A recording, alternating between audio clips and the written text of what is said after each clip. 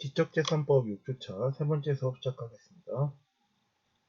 이번에 보실 부분은 상표의 인적 개념으로서 영업성 표지의 여러가지, 영업표와 업무표장, 서비스표, 상호, 디자인, 저작물 순으로 살펴보도록 하겠습니다.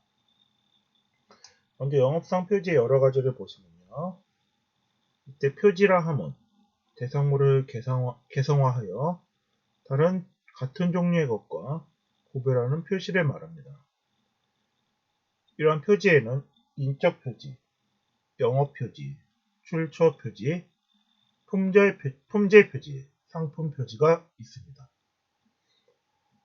일정한 법률적 요건을 갖춘 표지는 상표로서 등록을 인정하고 있습니다. 우리 법제상 이들 표지 중 상호는 상법에 의해 보호받고 있으며 상표와 업무표장은 상표법에 의해 보호받고 있습니다. 상호 상표를 비롯한 표지 일반에 관하여는 부정경직 방지법에 의해서도 보호받고 있습니다. 디자인 저작물이나 만화 소설의 캐릭터 등과 같은 것은 표지와는 별개의 개념이지만 상품 표지로 사용되는 때 법률상 상표권으로 인정되는 경우가 있습니다.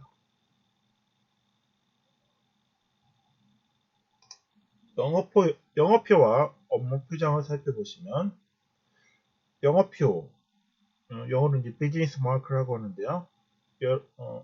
영업표는 자기의 영업을 다른 영업자의 영업과 식별하기 위해 사용하는 표장이 되겠습니다.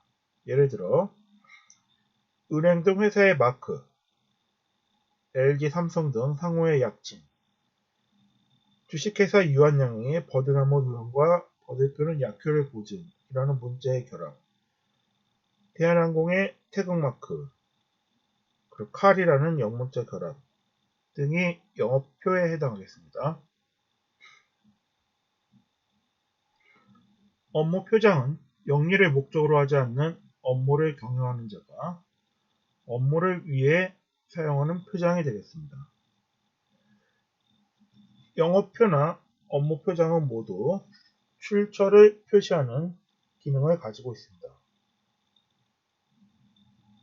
경우에 따라서는 표장 자체에 업무상 신용이 화체되어 광고력, 고객 흡입력을 가지는 경우도 있으나 특정 상품에 부착되어 유통되는 상표와는 본질적으로 다르다고 할 수 있습니다. 서비스표를 보시면요. 서비스표는 자기의 서비스를 다른 사람의 서비스와 구별하기 위해 사용하는 표지를 말합니다. 2016년 개정법은 서비스표를 삭제하여 상표로 일원화하고 있습니다. 상표는 상품의 식별 표지임에 반해 서비스표는 서비스의 식별 표지라는 점에서 차이가 있습니다. 서비스표는 눈에 보이지 않는 상품표라고 할 수 있습니다.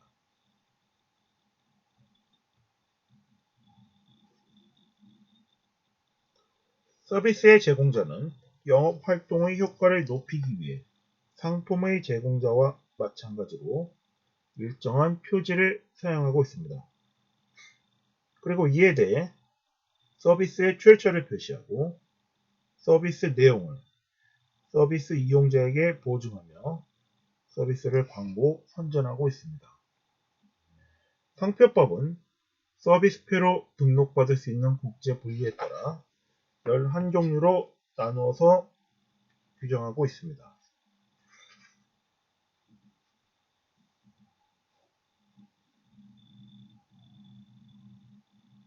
서비스 분류 제35류부터 45류까지 11개 종류로 나누어 서비스를 분류하고 있습니다.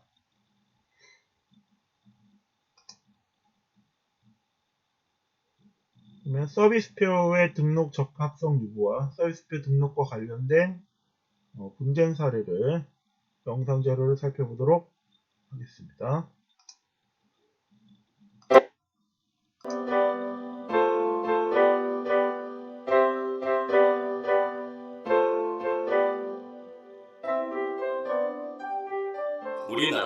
우리 집, 우리 가족.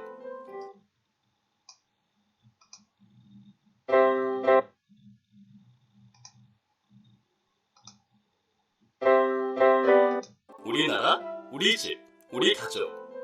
이렇게 흔히 사용되는 우리라는 단어를 포함한 우리은행이 서비스표로 등록될 수 있을까요? 우리금융주주회사는 1999년 금융업 등에 대하여 우리은행을 서비스표로 등록받았습니다. 이에 대해 2005년 8개 시중은행이 공동으로 우리은행의 서비스표 등록은 무효라는 심판을 청구했습니다. 이 심판 청구에 대해 대법원은 우리은행이라는 명칭은 우리라는 단어에 대한 자유로운 사용을 방해하기 때문에 우리은행의 서비스표 등록은 무효라는 판단을 내렸습니다. 인류를 아름답게, 사회를 아름답게, 이츠메즈, 무엇이 왜 어떻게. 이와 같이 일반인이 상표라고 생각하지 않는 것이나 누구나 사용하도록 개방되어야 하는 표현은 상표 등록을 받지 못합니다. 따라서 우리 등과 같이 식별력이 약한 단어를 브랜드로 선택할 때에는 상표 또는 서비스표 등록을 받을 수 없으므로 주의하셔야 합니다.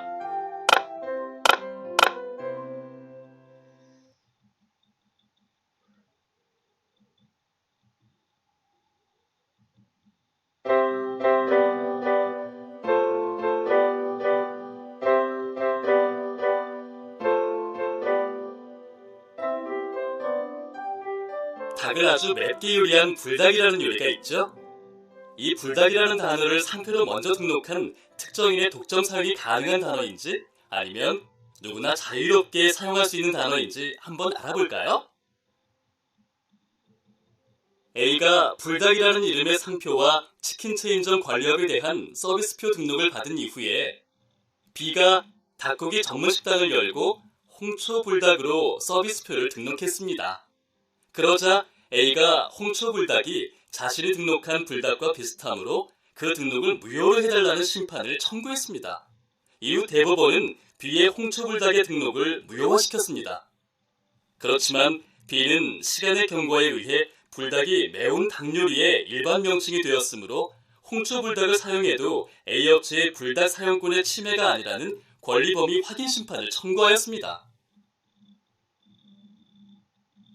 이에 특허법원은 어느 상표가 보통 명칭화 되었는가를 판단하는 시점은 권리범위 확인 심판의 신결시로서 홍초불닭에서 불닭은 이미 보편화된 닭 요리의 한 종류를 부르는 보통 명칭화 되었으므로 홍초불닭과 불닭을 대비하면 두 상표가 비슷해 보이지 않으므로 홍초불닭은 불닭의 권리 범위에 속하지 않는다고 판결했습니다. 처음에는 상표를 불리웠던 아스피린, 나이론 등과 같이 상표 관리의 소홀 등으로 누구나 흔히 사용하는 보통 명칭이 될 경우 상표권의 효력을 상실하게 됩니다. 따라서 상표권자는 자신의 상표가 보통 명칭이 되어버리지 않도록 상표 관리에 만전을 기해야 한다는 점 잊지 마세요.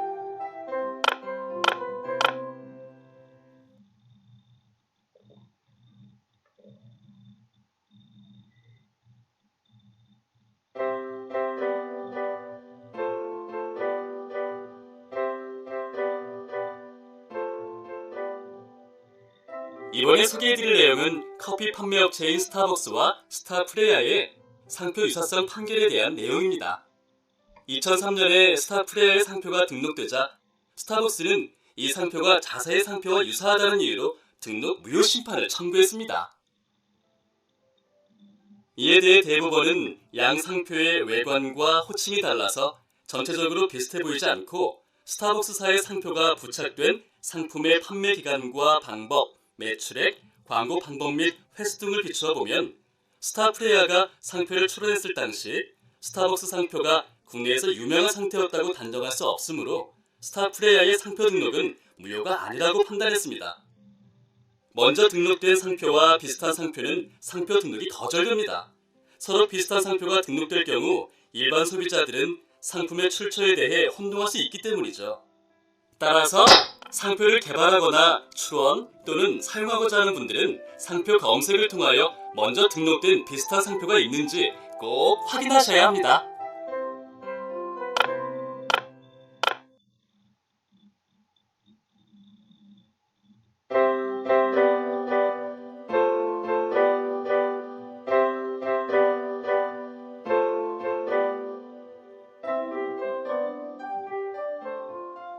B사의 루돌프 발렌티노와 A사의 발렌티노 가라바니.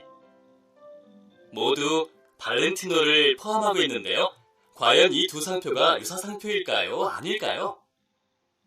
2001년 B사는 루돌프 발렌티노를 출원했지만 특허청은 선등록 상표인 발렌티노 가라바니와 유사하다는 이유로 거절 결정을 했고 B사는 이에 불복하여 특허법원에 소송을 제기하였습니다. 이에 특허법원은 루돌프 발렌티노가 국내의 적으로 언제나 성과 이름이 함께 사용되었다거나 반드시 같이 사용되어 사람들에게 이름 전체로 인식되어 불려졌다고 볼 증거가 없으므로 루돌프와 발렌티노를 각각 다르다 볼 수 있으며 A사와 B사 모두 발렌티노를 공통으로 포함하고 있어 호칭과 관념이 같아 전체적으로 유사하다고 판단을 내려 결국 B사의 루돌프 발렌티노는 상표 등록이 거절되었습니다. B사는 출원 상표가 미국 영화배우의 이름인 루돌프 발렌티노로서 항상 같이 사용된다고 주장하였지만 성과 이름이 결합된 상표의 경우에도 국내외 적으로나 실제 거래 사회에서 항상 성명 전체로서 인식되고 불려지지 않는 이상 분리 관찰이 가능하다는 사례입니다. 이와는 반대의 사례로 성과 이름이 항상 전체로서만 사용되어져 니나 리치와 로베르토 리치가 비유사하다고 판시한 사례가 있습니다.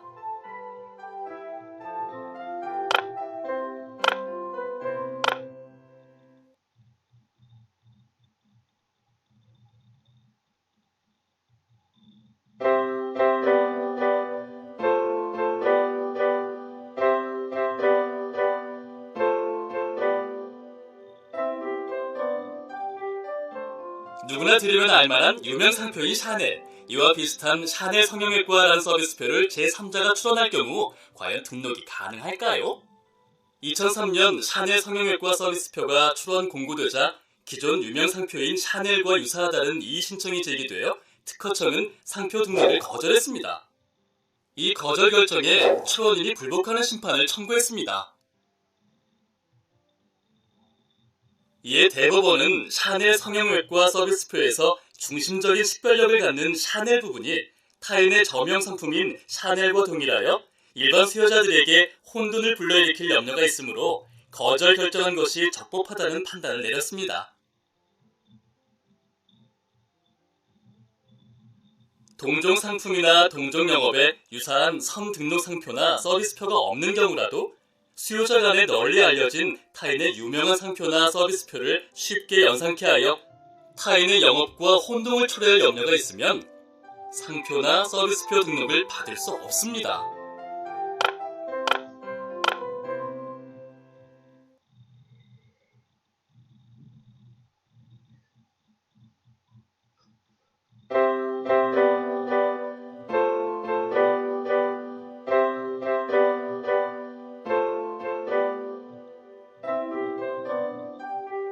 우리나라에서는 현재 다른 나라의 상품들을 독점 수입, 병행 수입 등의 다양한 방법으로 수입 판매하고 있는데요.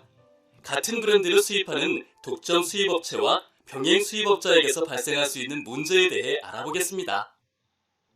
A사는 영국 및 국내의 버버리 상표권자이며 B사는 A사의 국내 독점 수입업자이고 C사는 진정상품의 병행 수입업자입니다. A사와 B사는 C사가 허락 없이 버버리 상표가 부착된 상품을 수입하고 버버리 상표를 자사의 광고물에 사용하자 상표권 침해 및 부정경쟁 방지법 위반으로 소송을 제기하였습니다. 이에 대해 대법원은 다음과 같은 판결을 내렸습니다.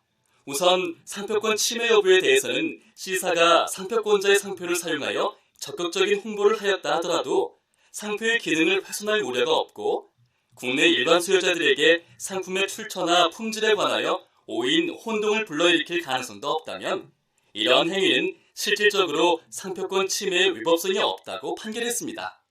그리고 부정경쟁 방지법 위반 여부에 대해서는 C사가 적극적으로 상표권자의 상표를 사용하고 광고, 선전 행위를 한 것이 상표권 침해가 성립하지 않는다고 하더라도 그 사용 양태 등에 비추어 영업 표지로서의 기능을 갖는 경우에는 일반 수요자들로 하여금 병행 수입업자가 외국 본사의 국내 공인 대리점인 것으로 오인하게 할 우려가 있다면 부정경쟁 방지법에 해당된다고 판결했습니다. 병행 수입업자가 진정 상품을 수입할 때에는 먼저 상표권의 침해가 되지 않는 경우와 부정경쟁 방지법상의 영업주체 혼동행위에 해당하여 상표의 사용이 허용되지 않는 경우와 같은 병행 수입의 법률적 효과와 한계를 이해하고 대처하셔야 합니다.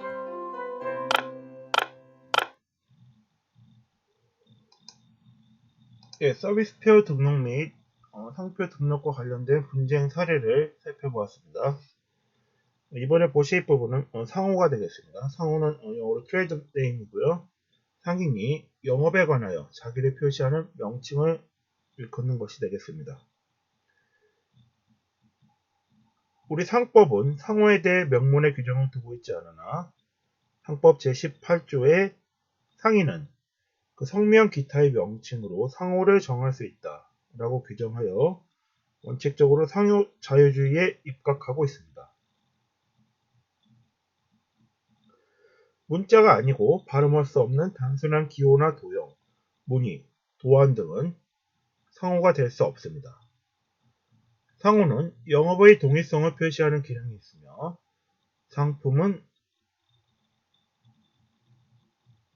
상품의 동의성을 표시하는 기능이 가지게 됩니다. 오늘날에는 상표가 상호화되고 상호가 상표화되는 경향이 있습니다. 이를 상표의 상호화 현상, 상호의 상표화 현상이라고 합니다. 그럼 상호와 관련된 관련 자료를 하나 보시겠습니다.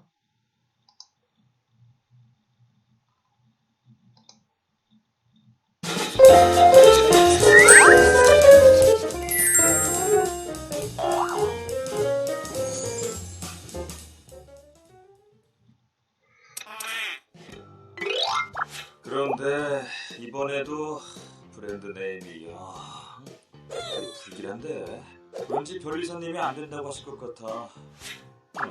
퀸즈 시크릿 발음을 해보니까 또 괜찮은 것 같기도 하고 모르겠다. 일단 물어나 보자.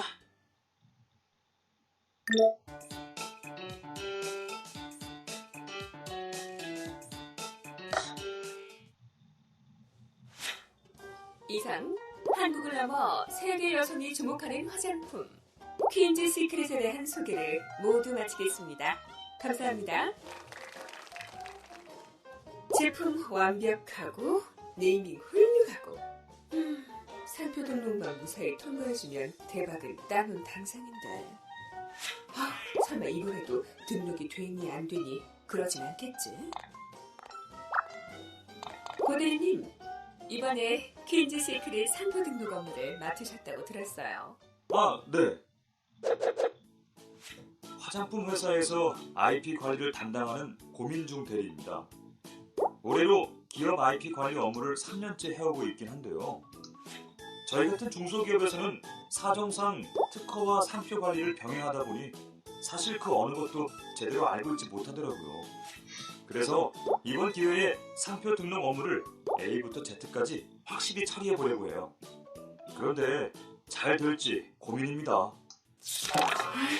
이 중차대한 일을 하필 이런 초짜에게 맡기게 뭐라? 네? 아니요, 잘 부탁드린다고요. 네. 이번에도 등록 가능성이 있니 없니 하면 아무튼 고대리님만 믿어요. 네, 과장님. 그런데 이번에도 브랜드 네임이 불길한데 왠지 변리사님이 안 된다고 하실 것 같아.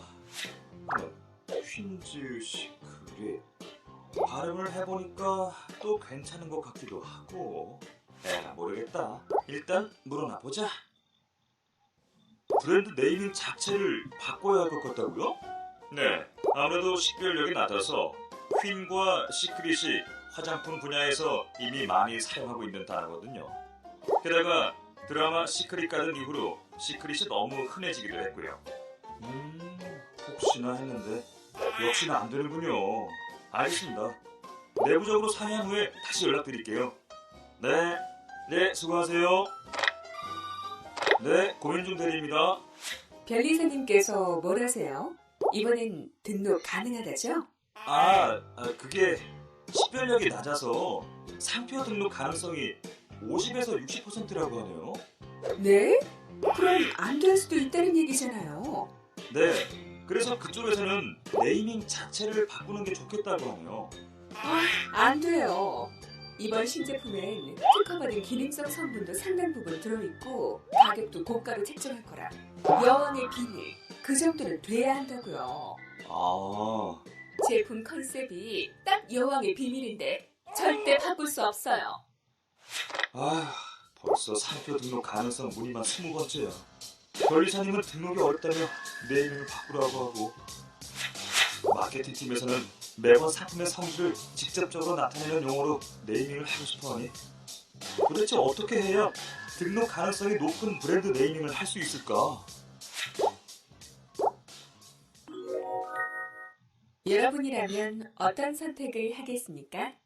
둘 중 하나를 선택해 보세요.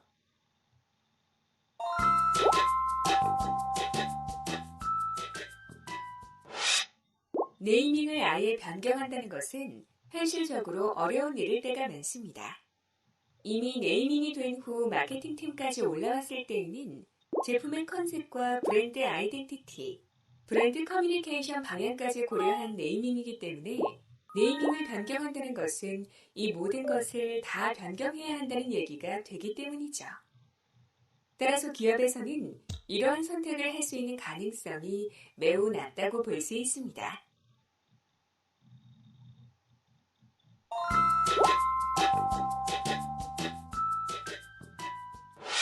식별력이 약한 영문 브랜드에 식별력이 있는 도형, 즉 외관적 특징이 차별화되는 도형이나 식별력이 강한 자사의 상호명을 결합하거나 문자 자체를 도안화하는 형식으로 변형하여 출원하면 등록 가능성을 높일 수 있습니다.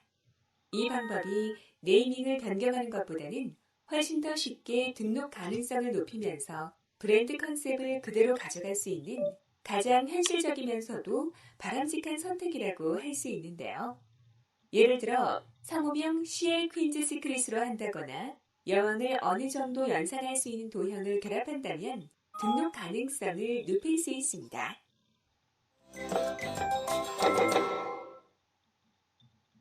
자, 브랜드 네이밍 상표 등록과 관련된 영상 자료를 보셨습니다. 이번에는 브랜드 상표 분쟁과 관련된 영상 자료를 보시겠습니다.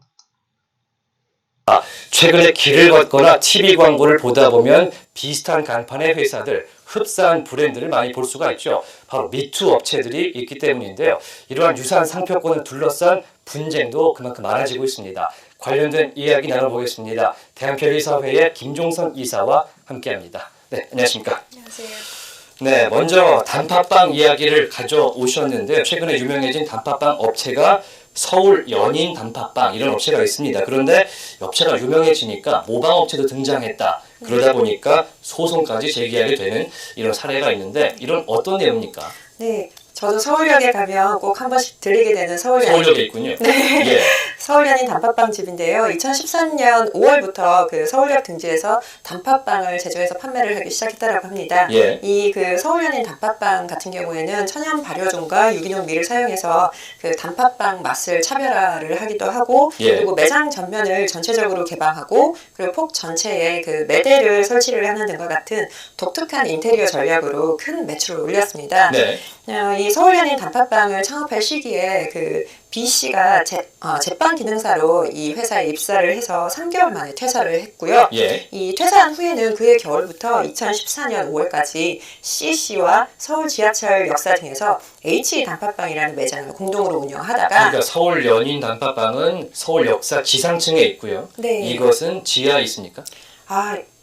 서울 역사에 있는 것은 아니고요. 예, 예. 그러니까 서울 시내에 그 각지에 있습니다. 예, 예. 네, 그 H 단팥빵이라는 매장을 공동으로 운영을 하다가 2014년 8월부터는 또 두 사람이 동업관계를 청산하고 예. C씨가 상호를 누이의 단팥빵이라는 상호로 변경을 해서 종전과 동일한 방식으로 단팥빵을 판매를 했다라고 합니다. 네, 그러니까 서울 연인 단팥빵의 판매 방식을 흉내내긴 했으나 네. 이 누이의 단팥빵으로 이름을 했으니까 네. 다른 것 아니냐 이렇게 생각할 수 있을 텐데요. 네, 맞습니다. 예. 그 상표하고 서비스표로 봤을 때는 예. 서울연인 단팥빵하고 단팥빵하고 누이의 단팥빵이 서로 다르기 때문에 네. 그 서울연인 단팥빵에서는 상표권 침해를 문제를 삼을 수는 없었고요. 예. 그런데 이 누이의 단팥빵 매장이 일단 대체적으로 그 브랜드 로고의 서체를 비슷하게 한다라던가 외부 간판 모양을 비슷하게 한다라던가 예. 그리고 내부 인테리어나 매장 배치 등과 같은 그 매장의 전체적인 컨셉을 유사하게 가지고 갔습니다. 예.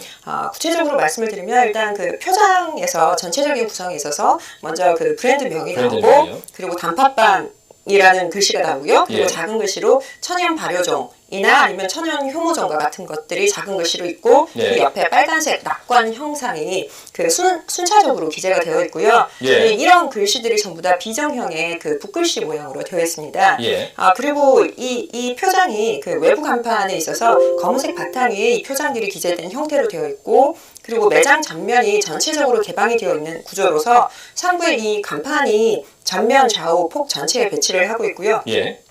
가운데 그 투명한 매대를 허리 높이에 배치를 하는 인테리어들이 너무 닮아 있습니다. 네, 지금 화면으로 사진이 계속 나가고 네. 있는데 참고를 좀 해보시면 좋을 것 같은데 서울연인이나 사실 누이에나 단팥빵이면 단팥빵이지 뭐가 다르냐 이렇게 생각을 하고 이미지만 보고 찾는다면 사실 어디가 어느 곳인지 잘 모를 정도로 비슷하네요. 예, 맞습니다. 예.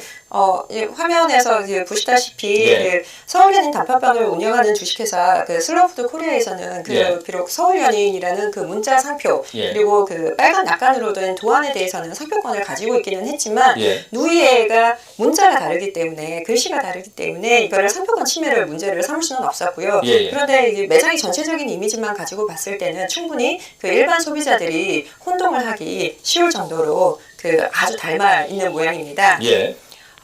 이런 것과 관련해서 2013년 7월에 개정이 되고 2014년부터 시행된 부정경쟁 방지 및 영업비밀 보호에 관한 법률에서는 법 제2조 제1호 차목을 신설해서요.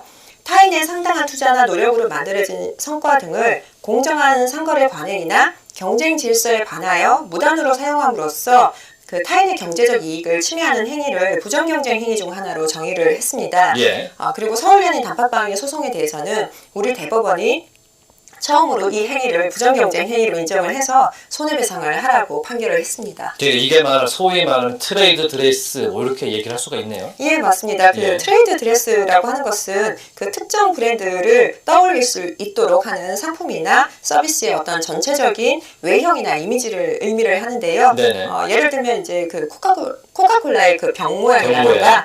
아이폰의 그 둥근 모서리 그 사각형 모양과 같은 것들이 대표적인 예라고 할 수 있겠습니다. 네. 이 사건과 같이 그 매장의 간판이나 외관 등의 전체적인 이미지도 이에 해당한다고 말씀드릴 수 있겠습니다. 그러니까 매장의 독특한 느낌도 보호가 될 수가 있겠네요. 예, 그럴 수 있습니다. 그러나 예. 그 매장의 인테리어나 간판, 외관 등을 독특하게 하고 예. 그 기존의 동일 업종의 매장들과 차별화를 꾀했다라고 해서 그 무조건적으로 보호가 되기는 힘들고요. 예. 이 사례에서는 서울연인 단팥빵에 대해서 단팥빵 매장에 대해서 예. 그 슬로우푸드 코리아가 상당한 투자와 노력을 기울여서 만든 성과물임을 증명을 해서 인정을 받은 것입니다. 예, 예. 그 실제로 소송에서는 이러한 상당한 투자와 노력에 대한 법정 요건을 충분히 증명을 해야지만 승소가 가능하다라는 점을 충분히 이해를 하셔야 될 것 같고요. 네. 또한 이 서울연인 단팥빵과 같은 경우에는 그 상표권을 보유를 하고 있었기 때문에 서울연인이라는 표정을 쓰지는 못하고 누이에라는 이제 회피적으로 문자를 사용을 했다는 것도 이해를 하셔야 될 것 같은데요. 예.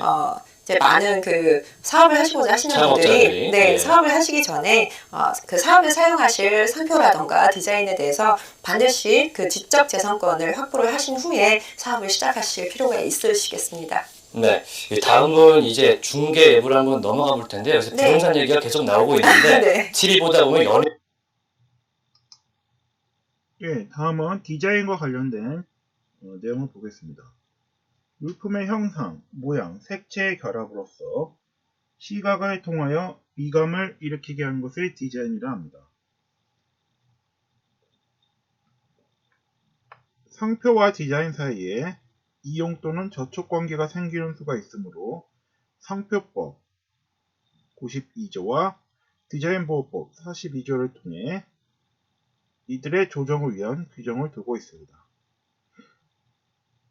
최근 상표법에서 입체상표 제도의 도입으로 물품 그 자체가 상표로 될 수 있으므로 디자인보호법과 상표법의 조정이 커다란 문제로 제기되고 있습니다. 다음으로 저작물과 관련하여 서적의 제호와 제명, 즉 책의 제목이나 책의 표지와 관련해서 서적의 내용을 표시하고 상표로서 등록될 수 없음이 원칙입니다. 정기간의물 및 백과사전이나 사전 등의 제호는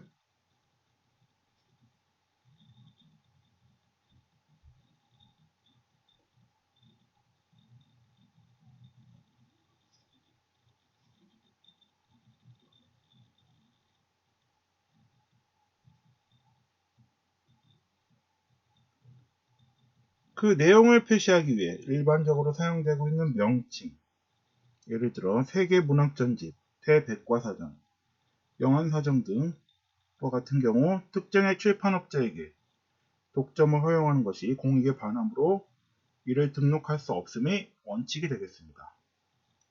캐릭터와 관련해서는 상품의 선전력, 고객 흡입력을 강화하기 위해 많이 사용되고 있으며 등록주의, 선출원주의를 채택하고 있습니다. 그러면 캐릭터와 관련된 분쟁 사례를 영상을 보도록 하겠습니다. 지난해 혜성처럼 등장해 대세 행보를 이어가고 있는 EBS 캐릭터 펭수. 최근 팬클럽을 깜짝 놀라게 하는 소식이 전해졌습니다. 펭수 상표권을 EBS가 아닌 펭수와 관련 없는 제3자가 먼저 출원했다는 건데요. 한국은 먼저 출원한 사람이 상표권을 갖는 선출원주의를 채택하고 있어 법적으로는 EBS가 펭수 상표권을 가질 수 없는 상황입니다. 팬들 사이에서는 더 이상 펭수를 볼 수 없는 것 아니냐는 우려가 나왔죠. EBS는 그 제3자가 가지고 있는 상품과 서비스에 대해서는 펭수라는 이름을 붙여가지고 물건을 팔거나 서비스를 제공하지는 못하게 되는데 상표권자한테 상표 사용료를 주거나 이런 이제 문제가 생기는 거죠. 다만 예외 조항으로 특허청 판단에 따라 펭수 상표권을 원작자인 EBS에게 줄 가능성이 높은 상황인데요. 상표법에서는 일정한 그 요건을 보고 심사관이 이제 판단해서 등록 여부를 결정하게 되는데 펭수처럼 금연한 타인의 생명이라는 명칭이나 이런 이제 부정 목적이 있다면 저희가 상표 등록을 해주지 않고 거절 결정합니다. 플라라는 그 음악 유튜브 같은 경우도 제3자가 출연을 한 적이 있습니다. 그런데 저희가 심사관이 심사하면서 자체적으로 거절한 사례가 있고요. 특허청은 빠르면 4월까지 최종 결론을 내리겠다는 입장입니다. 얼마 전 그룹 방탄소년단 역시 신세계백화점과 상표권 분쟁을 벌여왔다는 소식이 전해졌습니다. 방탄소년단의 소속사 빅히트 엔터테인먼트는 2015년 4월 의류에 대한 BTS 상표권 출원을 신청했습니다. 하지만 특허청은 이미 등록된 상표권과 유사하다는 이유로 출원을 기각했는데요. 의류업체 신한코퍼레이션이 출원한 BTS 백투스쿨이라는 상표와 유사하다는 이유였습니다. 2017년 BTS 상표권 등록을 시도했다 빅히트와 같은 이유로 실패한 신세계는 신한코퍼레이션이 소유한 BTS 상표권을 사들였는데요. 이후 빅히트 엔터테인먼트와 상표권 분쟁을 빚어왔죠. 2년간의 분쟁은 지난 7일 신세계백화점이 BTS와 관련된 모든 상표권을 포기한다고 밝히면서 일단락됐습니다. 유튜브, 팟캐스트 등 개인 방송이 증가하면서 제3자의 상표권 출원 논란은 계속되고 있는데요. 크리에이터의 상표를 노리는 상표 브로커가 급증하고 있기 때문입니다. 구독자 2290만 명을 보유한 키즈 유튜버 보람튜브의 경우 해당 채널과 무관한 인물이 상표를 출원한 것으로 밝혀졌습니다.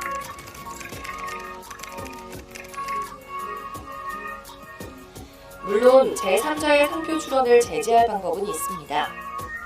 원작자가 특허청에 이의 신청, 무효 심판 등을 요청하면 특허청 판단에 따라 제3자의 상표 등록은 거절될 수 있는데요. 하지만 전문가들은 원작자가 발빠른 상표 등록으로 피해를 막는 게 더 중요하다고 이야기합니다.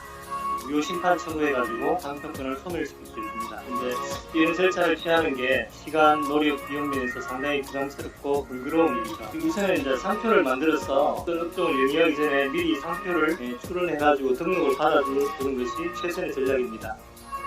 펭수와 BTS를 넘어 다양한 크리에이터의 활동이 활발한 지금, 그 어느 때보다 상표권에 대한 관심이 필요해 보입니다. 캐릭터 상표권 분쟁과 관련된 자료를 보셨습니다.